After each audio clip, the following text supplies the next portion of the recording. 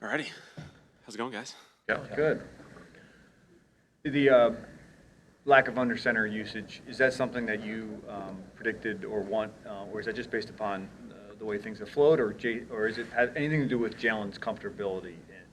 I think there's an element of game plan and flow with that. Obviously, there's times where under center can be very advantageous for us. Again, trying to put ourselves in the best position to be successful as far as an offense, and obviously with Jalen's ability to run, there is some components to being in the gun and the pistol that kind of keep that threat alive in some of those cases. But obviously something that we put some time and effort into this offseason to utilize, and we'll continue to find different spaces to do that. If you look at Jalen's run numbers, though, they're not very good.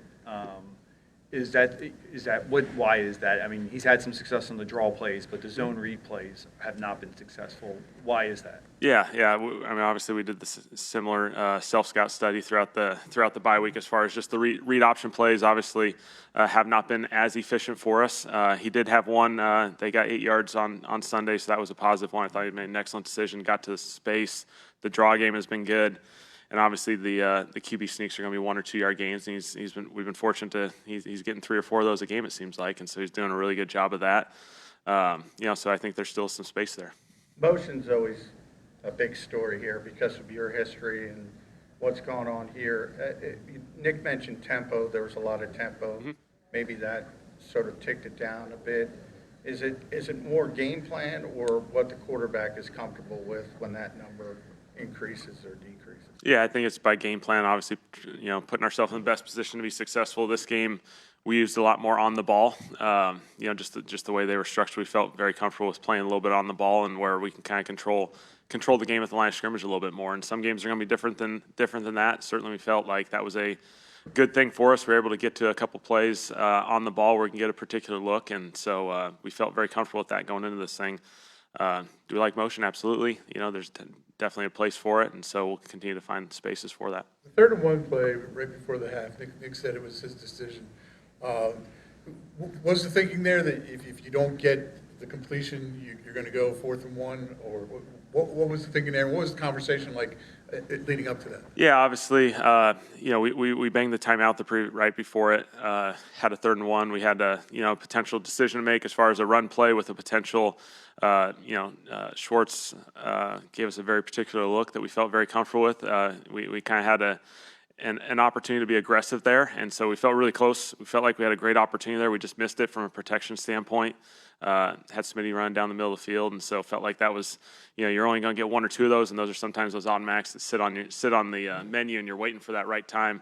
Obviously, really, really unfortunate to end up in a sack situation there because we could have, fallen back on a 4th and 1 and played that thing out. Just a quick follow-up to that.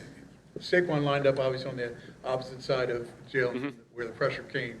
How much harder does that make it for a running back when he's got a crossover? Yeah, it's not easy. Certainly not easy, and something that we've worked on, and it's kind of a late in the cadence adjustment based off their particular look. And so we felt good about it. It just didn't happen. And obviously, you get frustrated with that, but we gave ourselves a close opportunity there. Kellen, on the play before that, the 2nd and 1.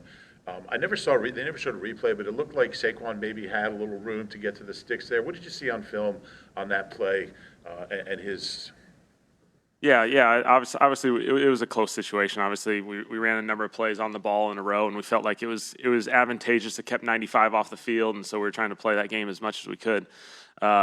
Obviously 2nd and 1 to fall back into 3rd and 1. Obviously a missed opportunity for us just to try and get the first down and then obviously get out of bounds. Obviously, when the game's going really fast, sometimes you lose track of downs and seconds, and obviously we emphasize getting out of bounds when you can, and so. Obviously, in a perfect world, are we getting the first down? Absolutely. After being fully healthy entering the Browns game and the early scripts yielding 2 punts, what do you review about the process of those? Yeah. Well, one of these days we're going to start fast, I think. Obviously, something that we've put a lot of time and effort into, continue to work and evolve and find our space there, because obviously it hasn't happened. Simple as that. We'll continue to work towards this. Obviously it's not good enough right now. What were the issues? I'm sorry, that frequently. Against Cleveland? Yeah, I think against Cleveland, obviously, the way their coverage is played out, kind of packed the middle a little bit, had some isolations outside, a little bit more one-on-one.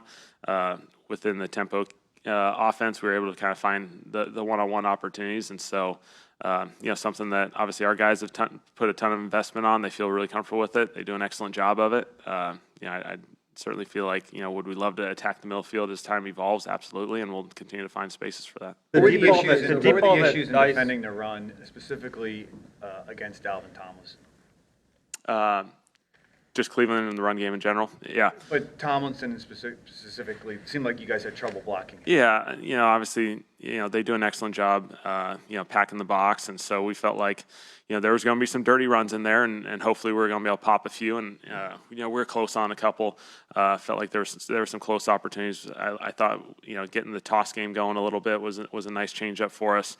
Obviously it's a game where the way their rush is, you don't want to sit and dropping back a ton with 95 and some of the challenges that can present. And so we felt like we're close. Obviously, we didn't get any to spring out for those big plays like we have in the previous few games. And so we felt like we're heading in the right direction. Ultimately, didn't reach that, that big goal, those big explosive plays that you're looking for. But, we're heading in the right direction. And if I could follow up on, obviously, you're facing one of the best nose tackles in the league.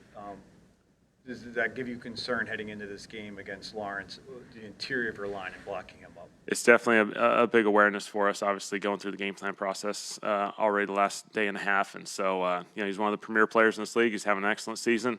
Obviously, a lot of focus and attention with this game plan will go towards him. That deep ball, that iced the game late, obviously successful, but are you okay with that process of Jalen checking to a lower percentage play? Yeah, obviously, we talked through the process of that during the timeout, and we obviously talked through it to the point that we felt very comfortable with it based off the look of the defense and the opportunity that it presented. They made the adjustment that we had talked about, and obviously there's a lower percentage, but AJ one-on-one felt like a very comfortable opportunity there. He made a phenomenal play. Jalen made a nice throw to it, and it was a big play by those two guys. How would you compare the play designs here to what you've done in the past in Dallas with the Chargers? Yeah, obviously, every process is different. Every process is, we go about it as a collective group. We do an excellent job. I think it's been a really fun process here, just as we kind of build, ultimately focus on what the 2024 Eagles, put us in the best position to be successful. And so we're continuing to build, continuing to grow. There's a lot of good things that we've been doing, a lot of things that certainly we want to improve on, that we're focused on, and we'll continue to work on those things. When you have receivers like A.J. Brown and Devontae Smith, how much is it reliant on choice for them in passing situations? As far as what particular routes they run? Yeah.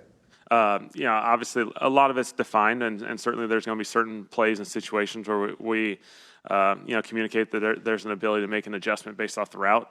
It happens a few times in games, and so things we talk about continuously. I thought the end of the game we had one right there that we were very comfortable with, and those guys do an excellent job. I think the biggest thing is that when you do it in practice, when you rep it, it's time on task.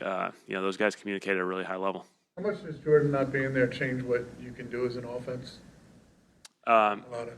Say that again. Jordan not being there, Oh yeah. how much does that change what you can do as an offense, especially against a team that leads the league in sacks? Yeah, obviously these guys have done an excellent job of getting after the quarterback, and so it's something we got to be aware of. I think this is a really, really sound defense.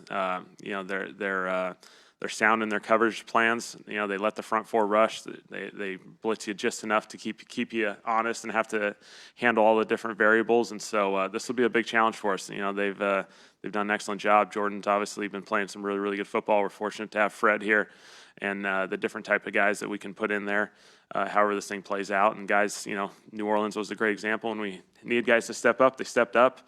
Fred stepped up phenomenally on Sunday. Even at the last play, he's one-on-one 95, and there was a risk component associated with that, and he did an excellent job. Difficult spot, losing Dallas, I think 3 plays in.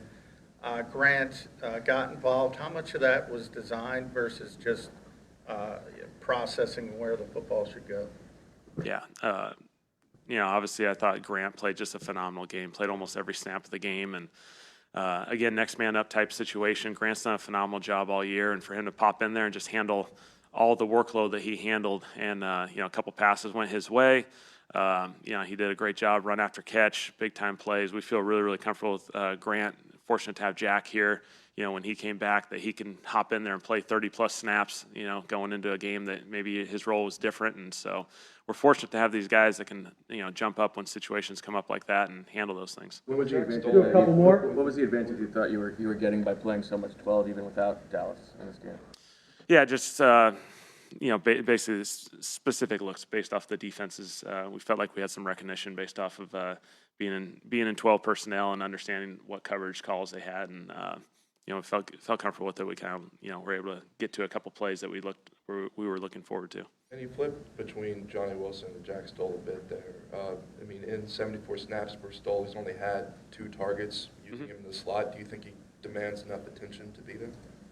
Again, with Jack being in the slot, you know, part of that was the tempo operation of just trying to keep them in certain personnel groups and playing fast, and you know, utilize that. We feel very comfortable with Jack and Johnny, and obviously we feel great about these guys. These guys have done an excellent job, and from a target standpoint, obviously it may not have gone their way, but if the ball goes their way, we're more than comfortable with those guys. All right. Thanks, Kellen. Play action. Why was play action Okay. low in this game? Really based off the tempo operation and just kind of getting specific looks based off them. I think, again, we felt like we had some indicators based off of looks that we could attack them in specific ways, and so it became a little bit more of a drop back emphasis in those situations. Obviously, we'd love to have the play action numbers go up, and you know, we'll continue to find opportunities for that. Thanks, guys. Okay, thanks, guys.